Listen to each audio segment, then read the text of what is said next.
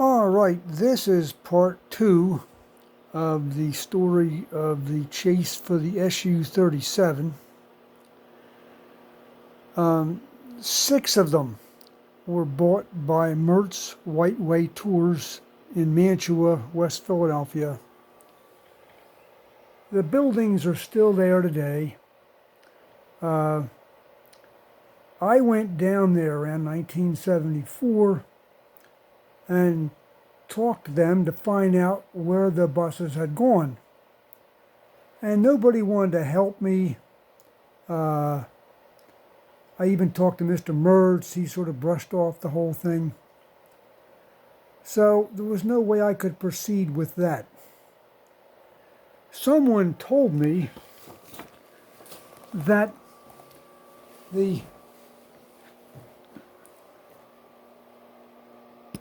there was a Mertz White Way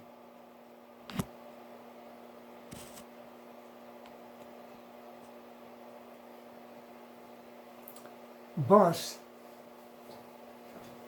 down at the police compound yard underneath the Penrose Avenue Bridge. And I went down there, and the police wouldn't let me in. I told them what I wanted to do, and they wouldn't let me in. So I walked up the road and up onto the bridge and walked up pretty high so I could see out over the yard, and I took a picture with my Instamatic camera. And this is what I got.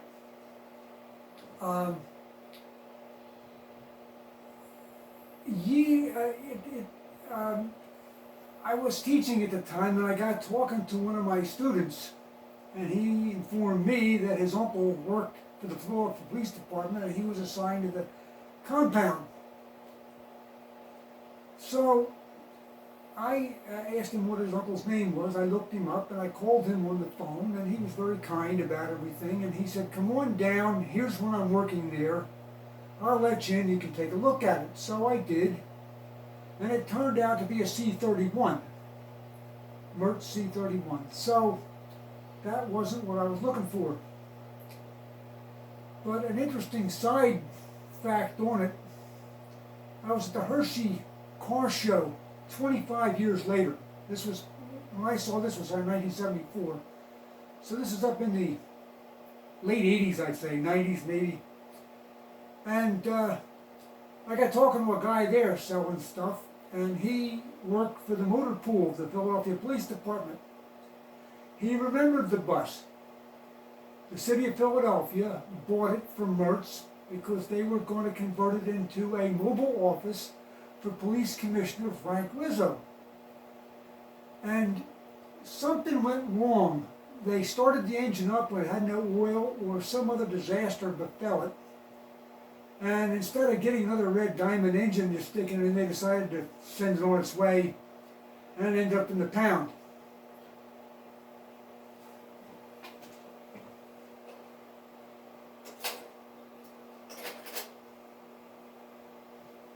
I was at a bus convention.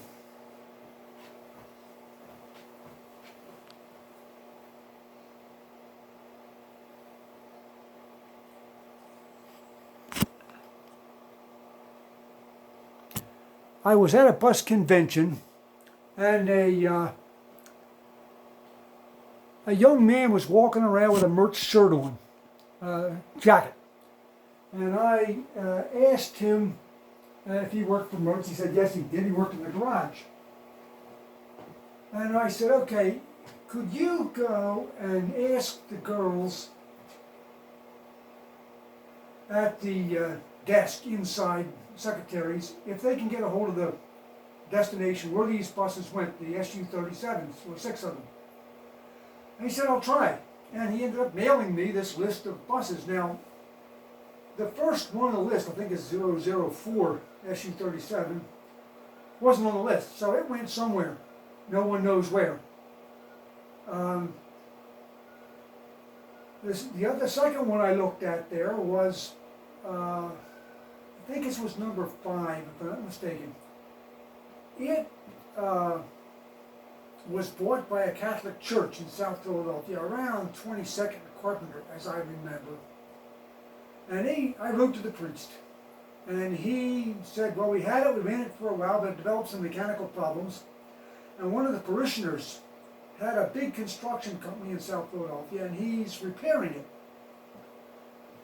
So I went down to where this was. It turned out it was in a place called Forgotten Bottom, which is between the Schuylkill Expressway and the Schuylkill River. You have to get a tunnel to go over to that area there. And it was a big construction company. They had their own bunch of mechanics fixing their work trucks and that sort of thing. And that's where it was. And it had been there for quite some time. I got the impression that it wasn't going back to the Catholic Church. The foreman who was there running the garage took me around, showed me things, and he had a 1935 truck all restored. And he said they were going to restore this Brill. I said, okay, great, that'll mean it's not going to get cut up. So I didn't pursue it anymore. I just took him at his word. Now, thinking back on it after that, I thought, well, why would somebody fix up a 20-year-old bus of nondescript nature like this? It didn't make any sense. So I don't really know what happened to it. But looking at it, you can see it's got the SU-37 triangle on the front with some kind of a long, looks like a handle, but I don't think it is, emblem, hanging under the Brill emblem. And if you can see it in the picture, I'm not sure if you can, it has two vents, horizontal vents, right next to the long handle thing that's sticking down. And that's different than an Army Brill. An Army Brill has a vertical vent in the front, which I'll show you in a little while. You'll notice this one has round turn signals on it. You can't see it here, you'll see it in rear view. There were bars on the windows of most SU-37s. Because it wasn't going around town slow, it's going on the highways. I think they wanted to make sure nobody got their hands out the windows. Here's the back view, and you can see the bars on the last window, 4 bars. The other SU-37s I've seen had bars like that all the way around. The next one down that was sold on the list went to New Rochelle, New York. There was a company called Shore Transportation. And I called them up in the mid-70s, and somebody answered the phone and said, oh yeah, I remember that bus. Somebody around here turned it into a fishing cabin. They hauled it up to the mountains and they made a fishing cabin out of it. I said, okay, and I checked the motor vehicles in New York State, and they had no record of it, so it's quite possible this did become a fishing cabin. One thing that might be confusing, though, is that when New Rochelle Shore Transportation bought it, they also bought a C-31 Mertz. And so the man might have remembered that bus, and that was the one that became the fishing cabin. I don't know. I've seen on eBay different times pictures of buses for sale and just out and about. Catholic schools had them, but I think they were military buses that had been painted up. I'm not certain about that. The bars on the windows would be a Shore sign and the triangle in the front, but that of course could have been taken off. I don't know. And there were 3 more that Mertz had, and they were all junked according to this list. Now, the thing about that is, I was down talked to a junkyard man in Glenmore, Pennsylvania, and he said there were some Brills that were sold. The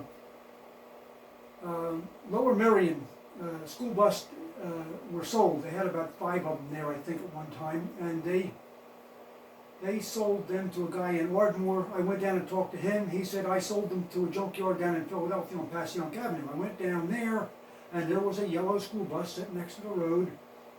The man wouldn't sell me emblems or anything off of it, but I did get talking to people around the area. There's a row of junkyards everywhere down there. And one group there did have a bunch of C-44s that SEPTA was disposing of there, and I got a lot of stuff off of that. Then I went around the corner, and there was a junkyard there, a small one, and had two buses side by side, about 10 feet apart with a roof built across them. I stopped and talked to them. They asked if they knew if anybody had any Brills, and there was a bunch of guys hanging around in there. They said, no, we don't have any. I don't know where any are. And one man spoke up that he said a friend of his used to deliver the buses for the company. And a lot of people you talk to down in southwest Philadelphia, they all have relatives, have stories. So then when I looked at this list, it said Continental Salvage got 3 scrapped SU-37s from Mertz. So I went down to the address and I asked somebody, where's Continental Salvage? And they said, oh, it's around the corner. So I went down there. All the bus, I had been there before. That was where I asked the people inside the bus about it. And the buses were gone. And I talked to the boy. He said, my father has died. He was the old guy that was operating it before. The buses are gone. They got firebombed. So working in the junk business down that area there is pretty hazardous, I guess. And he said my father would know about those buses, but he's gone. So it could have been. I went up to the bus and went inside, and I was just young. I didn't think to look at every single bus I'd see to make sure it wasn't something I was interested in or just general knowledge of buses. I regret it, but I had no explanation for it. It could have been the SU-37. I could have gotten some stuff off of that. But it's just the way it goes. So the next lecture will be about G.R. Wood in New Jersey. Now there's one more thing I got to talk about. I forgot. Let me get this light back on.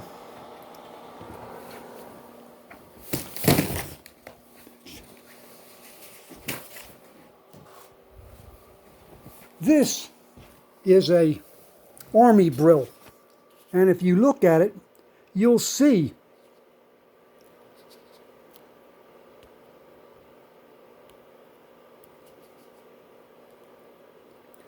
the vent is right in the front, and it's vertical. They had 2 vents on the Army bus. One was vertical, and the other one was horizontal underneath the driver's steering wheel. And so that's another indication. If you see a bus that looks like an SU-37 without a triangle in the front, it could be, well, a Army bus that's been painted up. And that would be the key right there. If you see that vent on the front, a vertical vent, you'll know that that's what that is.